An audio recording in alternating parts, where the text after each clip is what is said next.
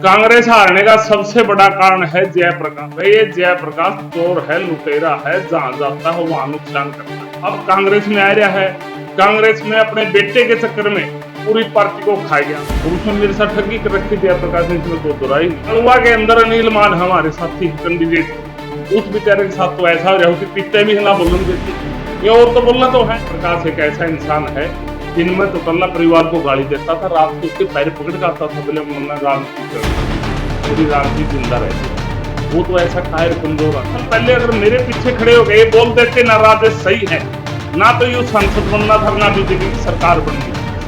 ऐसे करता नहीं जो इन लकड़ पर गहन डराने का प्रयास करते। राजेश किसी दिन प्रेस कॉन्फ्रेंस करी थी, 4-5 साथी थे कांग्रेस पार्टी के, उसमें एक मुद्दा उठ के आया था, नाम है उसका दलजीत। उसने दलजीत पंघाल ने चर्चा की थी, भाई जयप्रकाश भूपेंद्र हुड्डा जी की कोठी पे मिले मेरे को और उसने ये कहा क्यों तो चक्राम पड़ रहा है, मैं राजेश को जेल में डालूंगा, मेरे पास कागज हैं।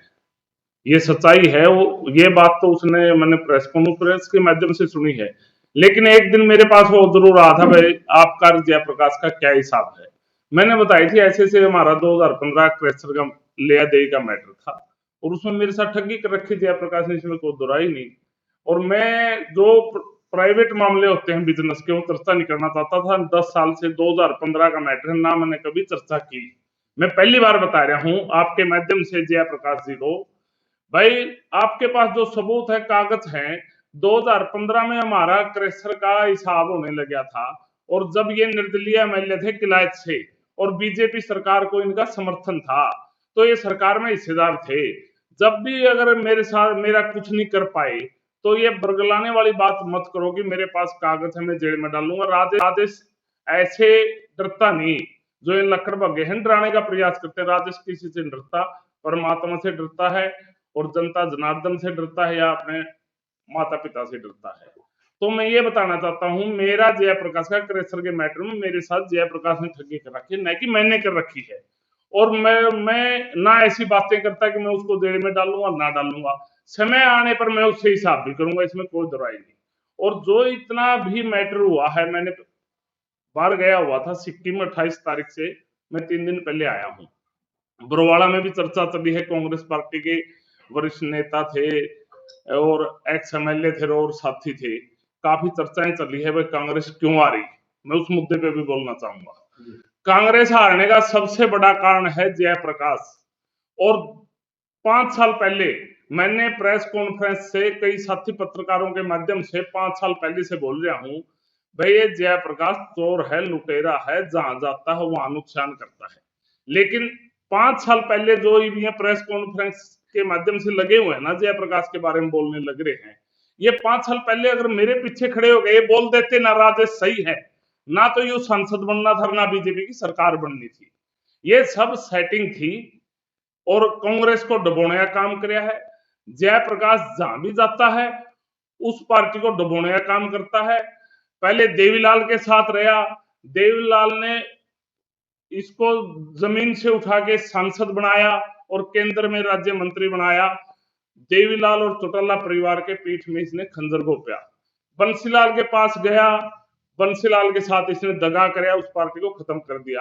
अब कांग्रेस में आ रहा है, कांग्रेस में अपने बेटे के चक्कर में पूरी पार्टी को खा गया। आई हुई सरकार चली गई, तब कांग्रेस पार्टी की 70 सीट आनी थी और आज 37 सीटों पे है। ये सब कारनामा जयप्रकाश का है। एक सभा के दौरान सातरोड गांव में, आपने भी सुना होगा, सातरोड गांव में दीपेंद्र हुड्डा और जयप्रकाश मंच के ऊपर भाषण दे रहे थे, तो पब्लिक ने कहा भाई 70 सीट आएंगी। तो इस जयप्रकाश अपनी जुबान से बोलते, मैं झूठ नहीं बोलता, वो गांव वाले रहे, आपको पता है, बोले 70 की जरूरत को नहीं, 45 दे देना, बताओ कहां सरकार बनाएंगे। ये तो गद्दार है, जहां जाता है वहां गद्दारी करता है। कांग्रेस पार्टी के जितने भी बड़े लीडर हैं सबसे दगा किया, धोखा किया, सबसे बड़ा गद्दार है। और आपके माध्यम से वैसे एक ही बात और कहना चाहता हूं, ना तो मैं इससे लक्कड़ बग्गे से डरता ना दबता, मैं सच्चाई पे चलने वाला इंसान हूं। मेरे से टकरना तो आमने सामने बैठ के बात कर लेगा, प्रेस कॉन्फ्रेंस कर लेगा, मैं हिसार में रहता हूं, मेरे से बैठ के बात थाना तहसील कहीं चल पड़ेगा। ये ऐसी बरगलाने वाली बातें मत करे कि मैं कागज ले फलान ले रहा हूं, ले रहा तो कर ले भाई, तू सरकार का हिस्सेदार था 2015 के अंदर, अब तक तेरे पे कुछ बना नहीं। आज तक ऐसा कभी हुआ नहीं है कि आपकी चीज मैं बेच दूं, आप नहीं बेचने दोगे।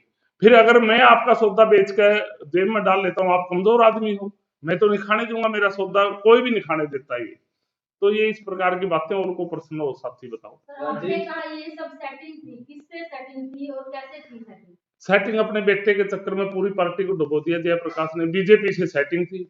आप जयप्रकाश की बीजेपी से? हाँ मैं बता दूं, अभी नलुआ के अंदर अनिल मान हमारे साथी है, कैंडिडेट थे, उस बेचारे के साथ तो ऐसा हो रहा कि पीते भी ना बोलने देते, ये और तो बोलना तो है, और तो बोल तो रहे हमारे साथ दगा हो, बेचारा बोल भी नहीं रहा।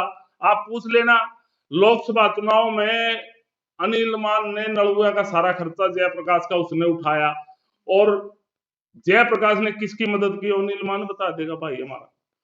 तो जितने भी बीजेपी कैंडिडेट थे 91-32 वोटों से आ रही है कांग्रेस, और जो निर्दलीय लड़ने वाला था वो किसका आदमी था? तो कहीं ना कहीं रामनिवास सराड़ा ये कहते नजर आते हैं कि भीतरी घात हुआ, तो ये वाकई भीतरी घात? भीतरी घात नहीं, सरेआम हुआ है, भीतरी घात नहीं, वो गलत कह रहे हैं, मैं उनको सरेआम हुआ है, सरेआम मतलब कांग्रेस को मारने का प्रयास किया गया है। राजेश जी, पिछले कुछ दिनों में देखा जा रहा है कि कांग्रेस पार्टी के अंदर आरोप प्रत्यारोप की एक लहर चल पड़ी है।